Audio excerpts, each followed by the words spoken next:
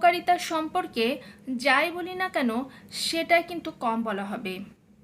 সর্দি কাশি থেকে শুরু করে গলা ব্যথা হলে প্রায়শই আমাদের মা কিংবা নানিদের বলতে শুনেছি যে একটু আদা চা পান করার কথা। আসলে এটি শুধুমাত্র একটি টোটকাই নয়, এটি বৈজ্ঞানিকভাবে প্রমাণিত যে আদা খেলে উপরিউক্ত সমস্যাগুলি থেকে খুব সহজে আপনি মুক্তি পেতে পারেন। আর আদা খাওয়ার উপকারিতা সম্পর্কে না জেনেই আপনি হয়তো নিয়মিত আদা খেয়েই যাচ্ছেন। এক টুকরো কাঁচা আদা বা আদা মিশিয়ে চা কিংবা রান্নায় মশলা হিসেবে আদার ব্যবহার কিন্তু আমরা অনেকেই করে থাকি। তাই আজকে আদার কিছু গুণাগুণ সম্পর্কে আপনাদের বলবো। হ্যালো ভিউয়ার্স, আসসালামু আলাইকুম। নতুন আর একটি ভিডিও দেখার জন্য কুকিং হাউস ফ্যামিলিতে আপনাদের সবাইকে আবার ওয়েলকাম। আদার মধ্যে প্রচুর পরিমাণে অ্যান্টিঅক্সিডেন্ট থাকে, যা আমাদের শরীরে রোগ প্রতিরোধে ব্যাপকভাবে সাহায্য করে। এটি বিভিন্ন ভাইরাস ও ব্যাকটেরিয়ার সংক্রমণ থেকে আমাদের বাঁচায়। আদা খাওয়ার ফলে সর্দি কাশি থেকে শুরু করে গলা ব্যথা থেকে খুব সহজেই আমরা মুক্তি পেতে পারি। তাই সর্দি কাশি হলে এক টুকরো কাঁচা আদা বা আদা চা খাওয়ার কথা আমরা সকলেই জানি। তাই সর্দি কাশি হলে এখন থেকেই আদা খাওয়া শুরু করুন আর নিজেকে সুস্থ রাখুন।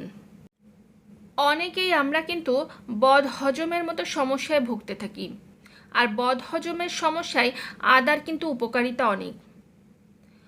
দীর্ঘদিন ধরে বদহজমের মতো সমস্যায় ভুগতে থাকলে এর কারণে পেটের উপরিভাগে ব্যথা, মুখের টক ভাব, ক্ষুধামন্দা ভাব এসব লক্ষণ কিন্তু প্রকাশ পায়।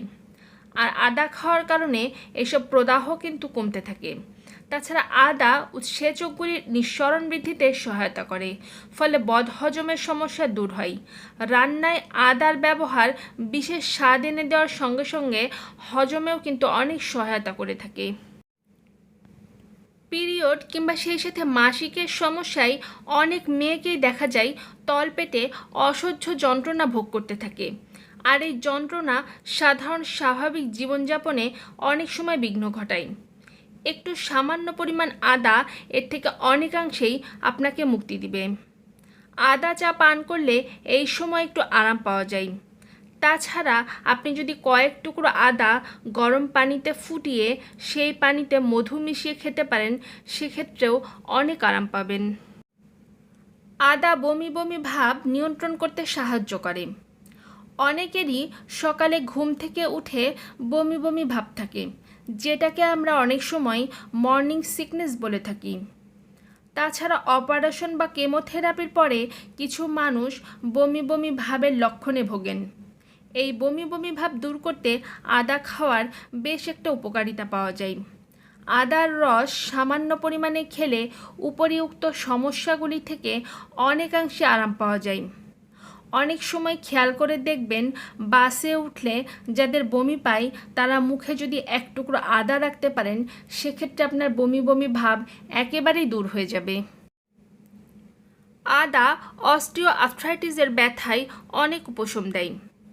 অস্টিও আর্থ্রাইটিস রোগে আমাদের শরীরে দুটি হাড়ের মধ্যে থাকা জয়েন্টে অনেক ক্ষতিগ্রস্ত হয়। এর কারণে জয়েন্টে ভীষণ রকমের ব্যথা অনুভূত হয়। সাধারণত বয়স বাড়ার সাথে সাথে এই অস্টিও আর্থ্রাইটিস নামক রোগটি কিন্তু হয়ে থাকে। আর একটি গবেষণায় দেখা গিয়েছে যে প্রতিদিন কাঁচা আদা খাওয়া ব্যক্তির অস্টিও আর্থ্রাইটিসের বেদনা অন্য রোগীদের তুলনায় অনেকাংশে কম। ওজন কমাতে আদার ব্যাপক ভূমিকা রয়েছে। সেই সাথে ক্যান্সার রোধে আদার উপকারিতাও অনেক। কাঁচা আদায় প্রচুর পরিমাণে অ্যান্টিঅক্সিডেন্ট থাকে। কাঁচা আদায় জিঞ্জেরল নামের এক উপাদান প্রচুর পরিমাণে থাকে। এই জিঞ্জেরলও অ্যান্টিঅক্সিডেন্ট ক্যান্সার রোধে সাহায্য করে। আমাশয়, পেট ফাঁপা, পেট ব্যথা যারা এসব সমস্যায় ভুগছেন তাদের জন্য খাওয়ার পর 1 কাপ গরম পানিতে 1 চা চামচ আদার রস মিশিয়ে খেলে আমাশয়, পেট ফাঁপা, পেট ব্যথা খুব সহজেই দূর হয়ে যাবে। আর যারা এই সমস্যায় দীর্ঘদিন ধরে ভুগছেন তারা যদি 1 চা চামচ করে আদার রস, সেই সাথে লেবুর রস ও মধু একত্রে 1 কাপ গরম পানিতে মিশিয়ে চায়ের মতো করে দিনে এবং রাত্রে নিয়মিত খেতে পারেন, তাহলে কিন্তু সুফল অনেক পাবেন। ফুসফুসের ধমনীতে কোনো সংক্রমণ থাকলে এবং শ্বাস নিতে কষ্ট হলে অথবা হাঁপানি থাকলে প্রতিদিন দুবেলা 1 চা চামচ করে আদার রস, লেবুর রস, সেই সাথে মধু 1 কাপ গরম পানিতে মিশিয়ে চায়ের মতো করে খেলে ঠান্ডা জাতীয় খাবার এক্ষেত্রে এড়িয়ে চলতে পারলে 15 দিনের মধ্যেই আপনি কিন্তু সুফল পাবেন। আপনার হাঁপানি ও ফুসফুসের সংক্রমণ থেকে আপনি খুব সহজেই রেহাই পেতে পারেন।